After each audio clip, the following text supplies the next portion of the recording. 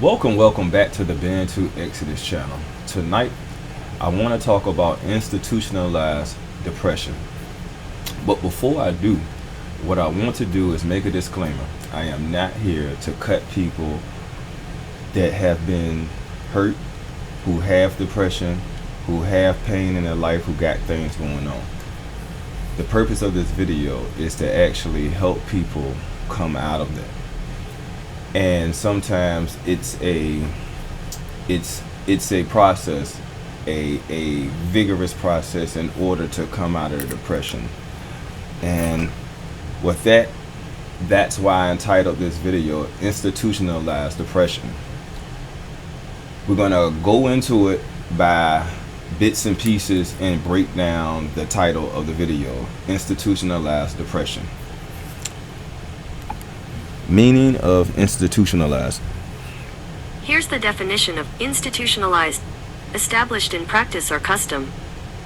Alright, so this word means that you're accustomed to doing something over a time and process. Basically, you're used to doing it. Alright, depression. Let's look up the definition anyway, but most of you already know what a depression is. Definition of depression.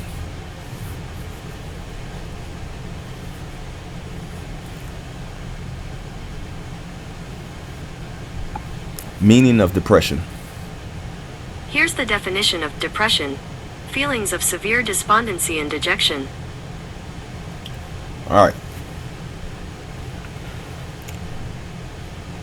Most of us at one time in our life, we've all dealt with depression. But what happens when depression is institutionalized, okay? To where you get so used to being depressed and living in a dark spiritual cloud that you don't know how to come out of it. Or it has actually, over time, without you knowing, sometimes we grow into these things without knowing these things, that this cloud has become a spiritual crutch for us not to come out of it and do what we're supposed to do in the spirit. So a lot of us know what that's like. I myself have dealt with that. Many of you out there might be dealing with that. But the whole thing is solutions. How do we come out of a long-term depression? And especially, how do we come out of a long-term depression if we have grown into a spiritual crutch, which is institutionalized depression?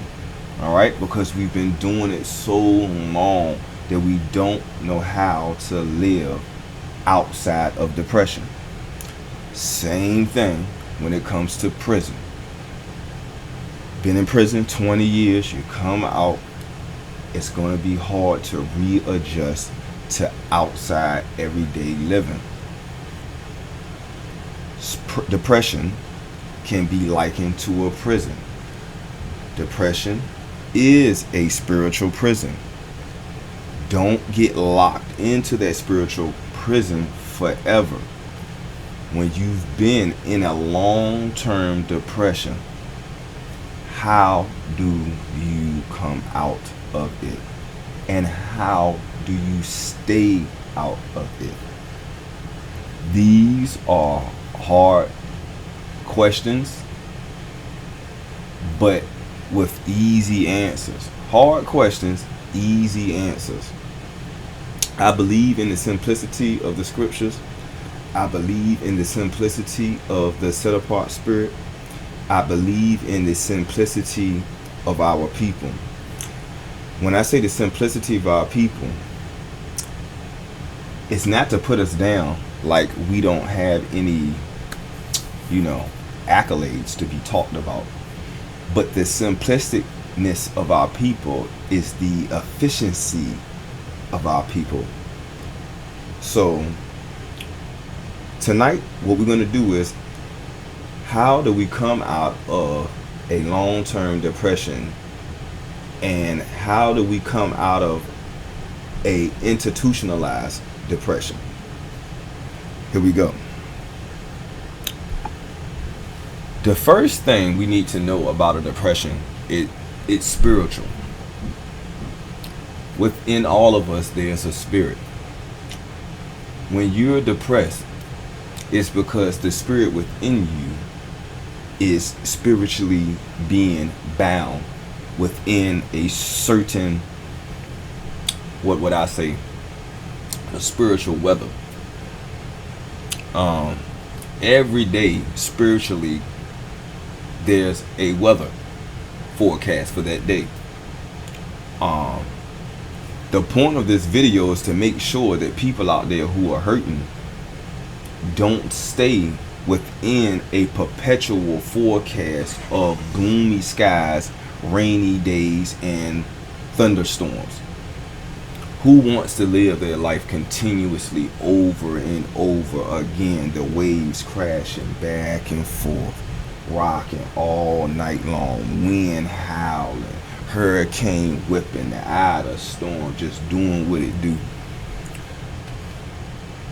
A person was not built, a man anyway, a Muntu.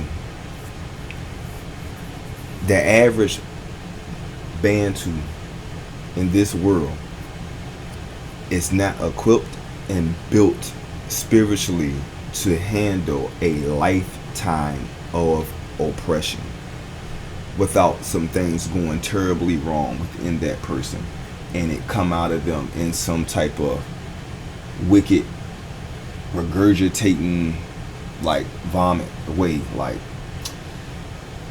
you're gonna have some type of abnormal behavior patterns holding on to depression 10, 15, 20, 30 years. You don't want to do that. Simple answers for hard questions. How do you come out of an institutionalized depression? A long-term depression. A deep-seated, long-term institutionalized depression. Easy. A lot of people do not do this because they are used to their spiritual crutch and have become spiritual cripples.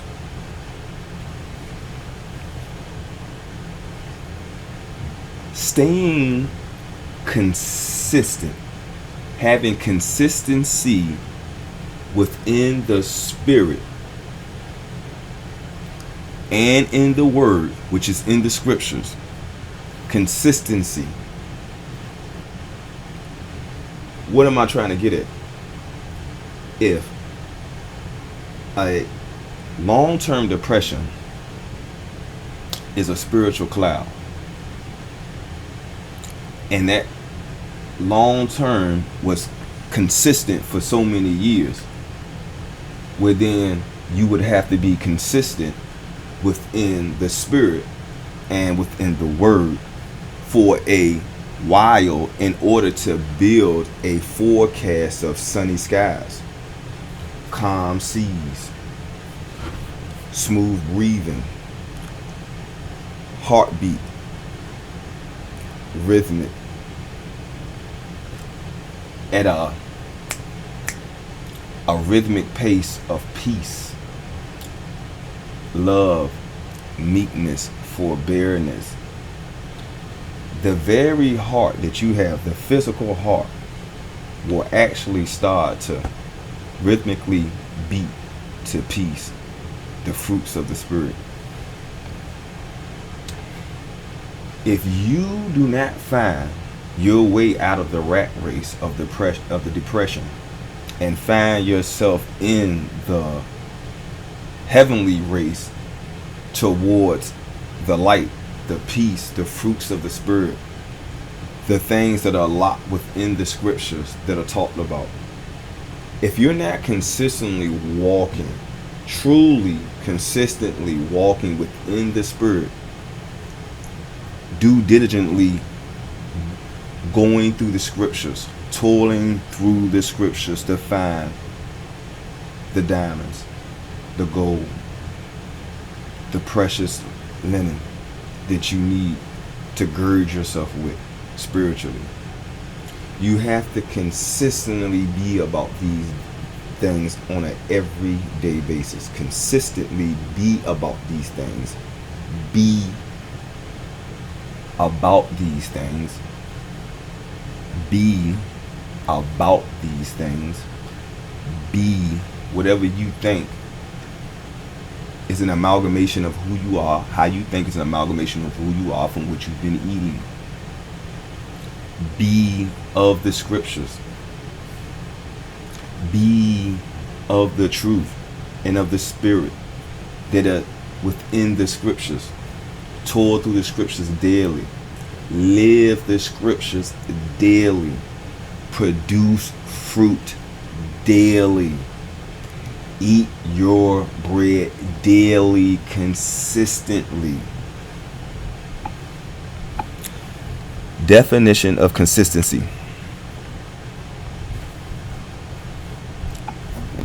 Meaning of consistency. Here's the definition of consistency. Conformity in the application of something, typically that which is necessary for the sake of logic, accuracy, or fairness. Conformity in the application. You're going to actually apply the holy scriptures in your life daily, consistently. Without that, you're always going to be stuck in the rat race of depression.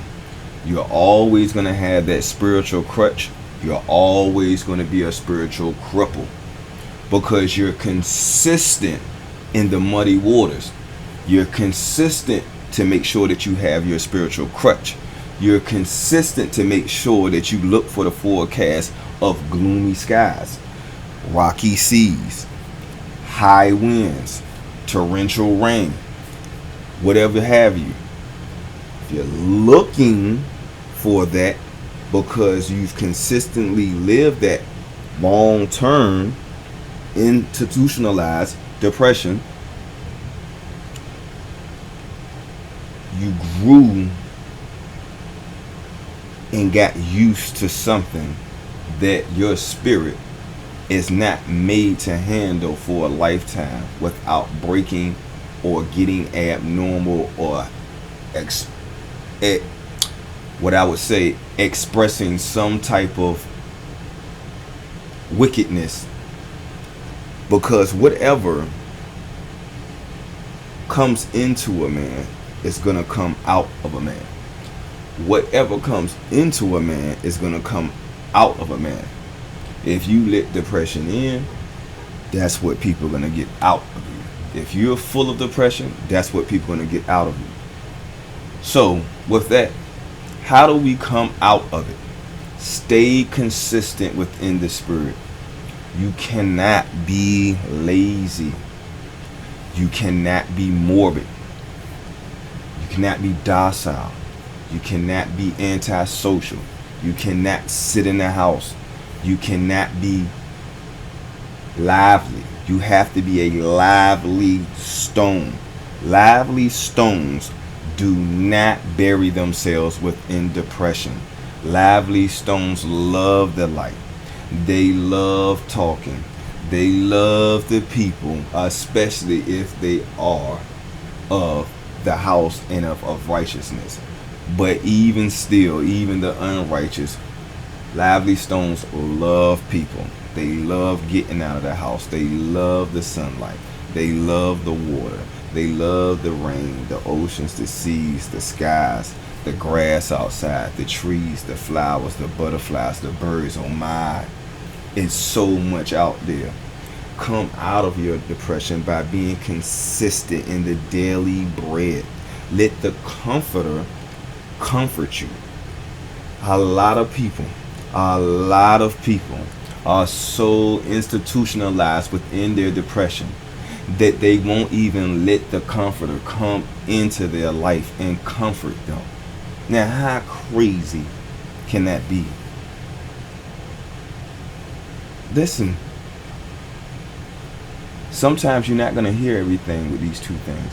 Sometimes you're going to have to listen. How long is it going to take for you to realize that the way that you have been living is a choice of depression? I didn't choose what happened to me, mister. I get that. That's not what I'm saying. Whatever happened to you in order to cause your depression, I'm pretty sure that it wasn't your fault. And if it was your fault, that's not the point of the video. The point of the video is the solution, how to come out of it. Don't stay into something just because you're used to it. Same thing with prison. You get out, you have to adjust to life outside of prison. Same thing with depression. Depression is a spiritual prison. You have to come out of it. And when you come out of it, you have to learn how to live in the light. You have to learn how to live in the sunny forecast days. Don't get used to living in darkness. It's no reason for a star. Listen, there's no reason for a bright star to live in muddy waters, to live in a gloomy cloud, to live in a dark room with the door closed, with the four corners just closing in on you, with those spirits in the background talking you down, trying to keep you away from your day of light, of spirit, of truth, and the fruits that belong to us as a nation. Don't let institutionalized depression keep you away from the light. Don't let it block the comforter from comforting you. He left us the comforter. Let the comforter do what it do. It's for you, the nation, the bond. What did Yesaya say? It is good for me to leave, because if I don't, I can't pass on the comforter. We have access to the comforter, but we cannot access it if we don't take part in the daily bread, the truth and the spirits and the fruit of it. We cannot keep letting that record skip over and over and over again. What did I say on other videos? I repeat it again on this one. Doing the same thing over and over again and expecting a difference, a change to come, a brighter day to come. When you just living in depression as a spiritual crutch, it ain't gonna happen. Your prayers is for naught. What are you praying for if you're gonna wake up tomorrow and live in last year, 10 years ago, 20 years ago? All the time, as a prophet, I hear the children of your solar lake talk about stuff from 30 years ago as if it was just yesterday. If it just happened yet, you would have thought it would just happen yesterday. If they hadn't kept talking and let me know this happened 30 years ago. That's a problem. As a nation, we have to let go of the bitterness. We have to be able to let go of the past. What are you holding on to it for? It's not yours. It's his. To take away from you the comforter. Why are you not giving it to the comforter? He left us with the comforter. Let him comfort you. Why are you letting the long-term depression be your comforter, your pillow at night? Why are you laying on that? What's the problem? Are you trying to tell me? Or are you trying to tell the Father? Are you trying to tell your nation that you love depression over the Father? Have you got so used to your depression that you don't fall in love with it? Yeah, That's right. I might hurt some feelings. Have you been in the bed with your depression so long that you don't fell in love with it?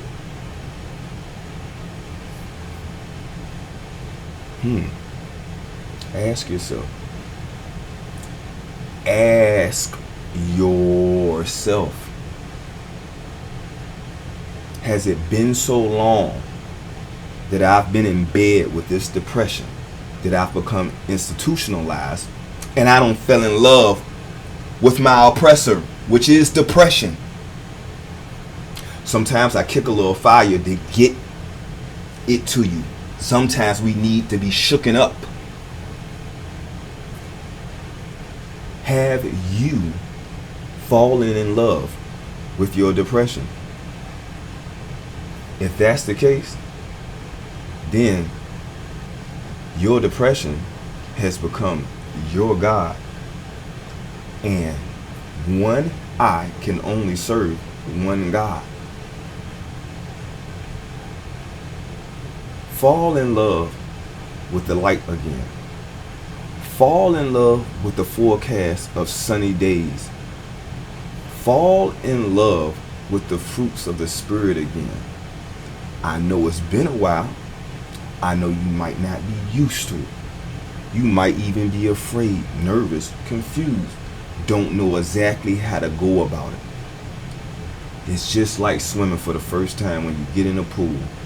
Yeah, it's a little cool, whatever. You got to jump in. You got to test the waters. Eventually, you have to go back within the Spirit and truth. I know that we've been hurt, and it's been a long 400 years. And I know that these things have passed down from generation to generation to generation to generation to generation. But after a while, at this point in time, it's time for us to come out of our institutionalized depression.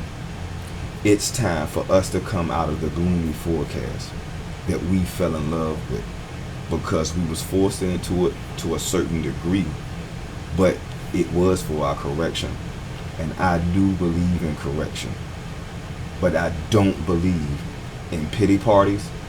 I don't believe in falling in love with depression and oppression. I don't believe in letting sadness and gloominess stick on me so much that it becomes my God, and I stop serving the mighty one, the comforter, to the point where I don't fall in love with depression so much that I won't even let the comforter comfort me.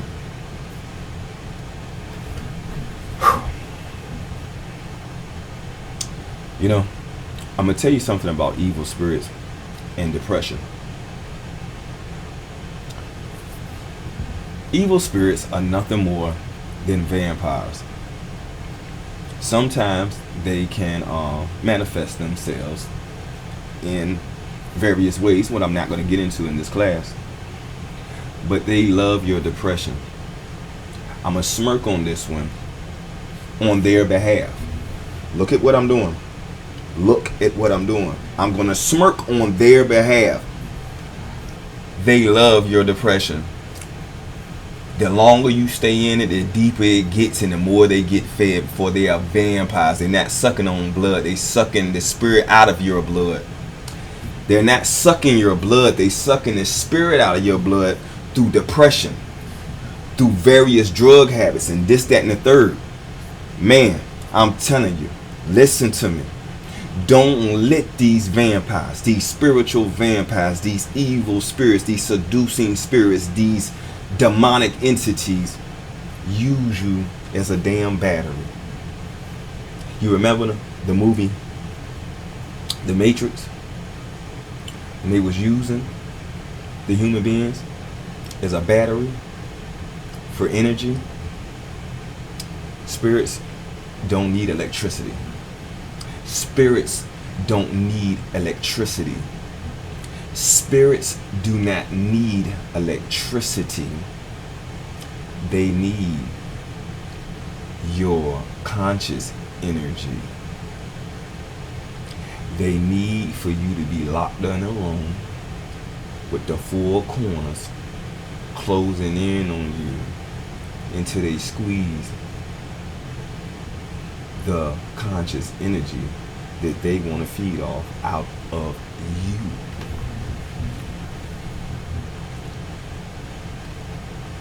I'm going to repeat it again. You have become a spiritual battery for spiritual vampires, which are evil spirits, which are demonic entities. No matter how much you try to get around it, whether you like it, whether you believe it or not, sometimes when you wake up so drained in the morning, it's because you done been fed on all night long. I'll repeat it again. Sometimes you wake up spiritually drained because you've been fed on all night long. I'm going to say it again for those people who are going through the witching hour. You wake up spiritually drained because you've probably been fed on all night long. Now, I hate to get deeper, but sometimes we have to do this in order to break bonds. How many times you been laid down at night spiritually by demons and actually had a train ran on you? Not sexually. I'm just juicing you for what you got. 1, 2, 3. How many was in the demoniac that Christ talked to and took the the spirits out into the swine? How many demons was in that man? They called themselves a legion of them. We don't have to debate on what that number was, but that means many. Not 5, 15, 20. I'm talking about a whole lot of them. How do we know what you feeding at night and how many you feeding at night? By staying in a long-term depression and being institutionalized by it. Getting used to feeding spirits.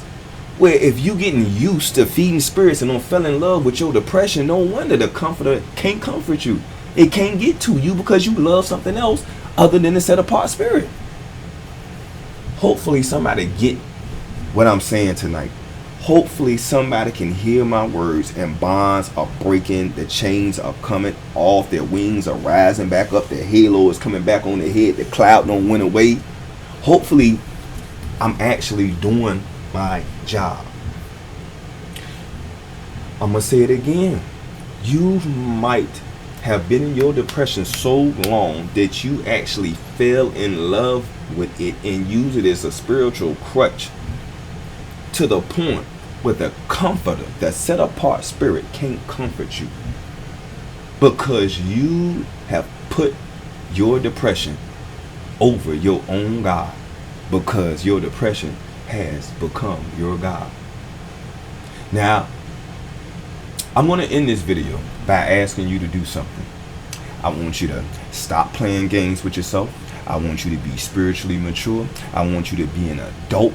I want you to actually go in the mirror. I actually want you to look yourself in the eye, and I want you to ask yourself the questions that I asked you tonight. But I want you to go in the mirror and look yourself in the eye. Not me looking at you, talking to you. You go in the mirror and you talk to you. You let the conscious energy from the source, I am that I am, so Nini na Nini, look you in the eye when you go in that mirror and you ask yourself, have my depression have set inside me so long that it has become my God and I have fell in love with it, and the set apart spirit has been pushed away to the side, by the wayside, and I don't love life, light, love, the fruits of the spirit, peace, tranquility, all those things. I don't feel out of love with those things, and I don't feel in love with my depression. If that's you, come out of it. Don't do that. The human, the Moon 2 spirit The Bantu nation was not made for that. He made creation. Father, Sonini Nanini, Tatadanzambe Yamazulu, made creation for his pleasure. Then he made us to also pleasure him and to have pleasure through his creation. Depression, becoming your God, was not the plan. Look yourself in the mirror and ask yourself the hard question. Has my depression become my God? And is this the reason why I cannot fully connect to the set apart spirit? The comforter cannot comfort you if depression is your God. With that, come back to the Bantu Exodus channel. Hopefully I gave y'all guys something tonight. Hallelujah, amen, and Geta.